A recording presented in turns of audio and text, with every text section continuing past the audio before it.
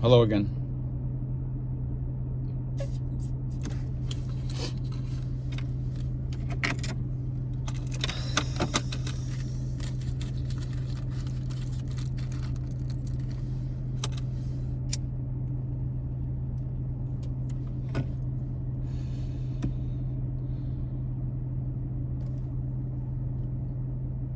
I want to make this video to address a meeting we had with the FBI. A meeting we had with Supervisor Special Agent Josh Huckle, Special Agent Lindsay Coulter, and Special Agent Lindsay Samantha Adams. Those three people sat with us at the FBI office, the field office in Manassas, right here in Manassas. They told us that they've investigated the May 24th sexual assault by officers at the jail, that they investigated this incident thoroughly, and they said nothing happened. In the same setting, the supervisor tells us that there's a video of Mustafa being dragged from one cell to the next unconscious. But they wouldn't show us the video. They only talked about it. But they say nothing happened, which doesn't make sense. They claim nothing happened, but they describe this video of Mustafa being taken from one cell to the next unconscious. And they claim nothing happened. When you say nothing happened, who are you covering up for? Special Agent Lindsay Coulter says, it's not my job to interview witnesses. It's not her job to interview witnesses. She's the FBI. They explained to us this process, that the FBI collects evidence and they forward it to the federal prosecutors. Now, the federal prosecutors, if they have enough evidence, then they'll pursue a criminal charge. But they won't show us this video. The jail has since the beginning of times has denied releasing this video. Glenn Hill says nothing happened in that video, but we have the video. Amy Ashworth shows this video to a lawyer that was court appointed for Mustafa. After the lawyer withdraws from the case, she shows him the video. And they all claim nothing happened. But there is this video. Now, we've presented pictures of Mustafa's head. Mustafa's head being swollen from the kicking and the beating on May 24th. By the way, those pictures were taken 2 weeks after the beating. Imagine it, 2 weeks later, that's what his head looked like. 2 weeks later, that's what his elbow looked like in those pictures. 2 weeks later, imagine his head looked like a mountain. 2 weeks later. And the FBI tells us nothing happened.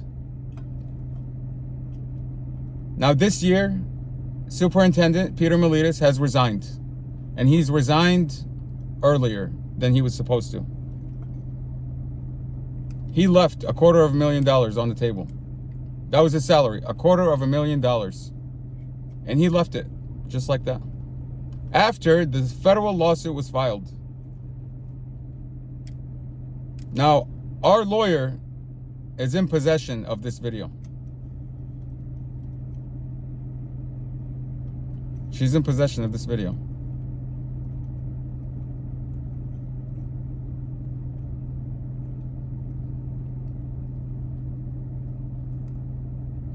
The real question here is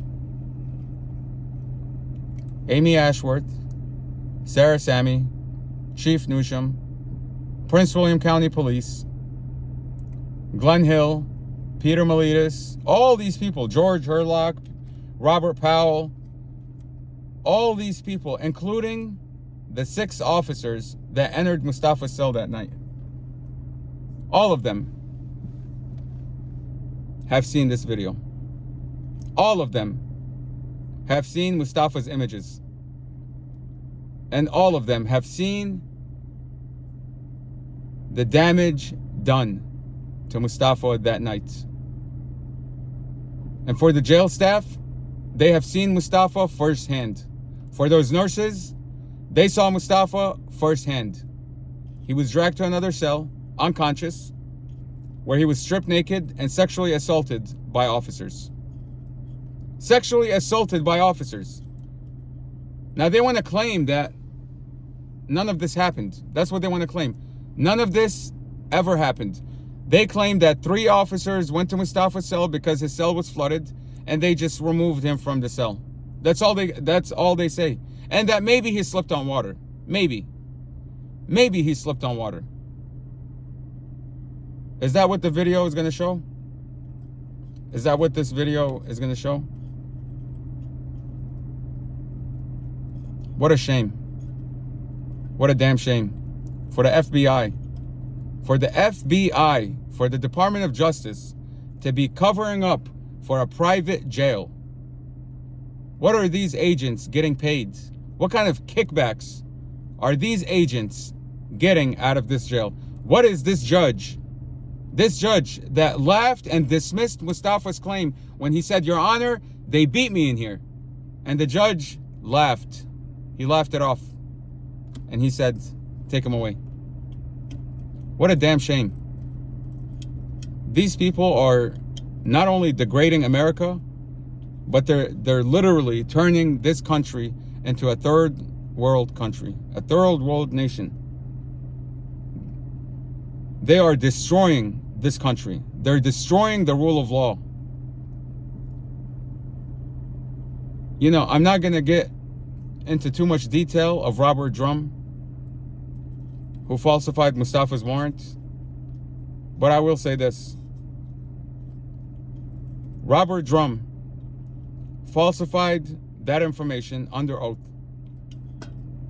He falsified that warrant. And Amy Ashworth backed him up. She covered up for him. Amy Ashworth covered up for this lying officer. This officer, as well as Chad Mason, who was interrogating Mustafa on the hospital bed. You know, I'll say this. Chad Mason told Mustafa that Dorothy was still alive, even though she had passed 2 or 3 hours prior. Officer Chad Mason and a nurse were standing on top of Mustafa's head, interrogating him. Imagine, Fairfax Hospital, a nurse, sitting there, listening to the officer's lies, listening to the officer lie to Mustafa about his family after a tragic accident. This officer is lying to Mustafa, trying to trick Mustafa into saying things after he just woke up from a coma. You know, how can Fairfax Hospital allow a treating nurse to do that? I didn't know nurses worked for the police. I didn't know they were interrogators. Okay? And now, this past week, Mustafa was taken to a hospital. He told the treating doctor, he told the doctor, Erin Klipp, he told her that they sexually assaulted me, they beat me. He described to her in detail his ailments. He said, I'm bleeding internally. I need help. And all that information that Mustafa stated to the doctor, the information that he stated to the initial nurse at the intake at the hospital, all of that information was removed from his medical documents, from his medical records. I went and got his medical records 2 days later. Okay? None of that information is in his medical record. Why is that so? How can a hospital be complicit and cover up and work with a jail to cover up a beating, a sexual assault? You know, some might say maybe the officers told the doctor ahead of time. Maybe they had this conversation. He's a liar. He's making it up. Your job as a doctor at a hospital is not to look at a person and say whether they are lying or not. If someone is telling you, I'm internally bleeding, you treat them for that. You treat them for that. You don't tell them, let's take care of your face, let's take care of the abscess on your face, and then we'll treat it. And then as soon as you give him treatment for his face, you send him back to the jail. And you don't document what he told you inside the hospital room. You don't document it. That's against the law. Number one rule. Everything that is said should have been documented. Everything should have been in Mustafa's records. Why is that information not in his records?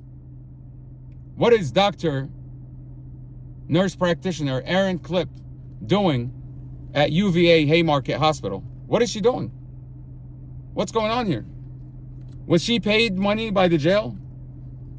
Or is she doing a favor for the jail? What is she doing? What's really going on here? Why would this doctor not document information that was given to her by the patient himself? And I'll say this. When Mustafa told that doctor, it was recorded on the body cam. So that information will come out. And that doctor will be brought to court. And we'll see how long she will be practicing medicine after this comes to light.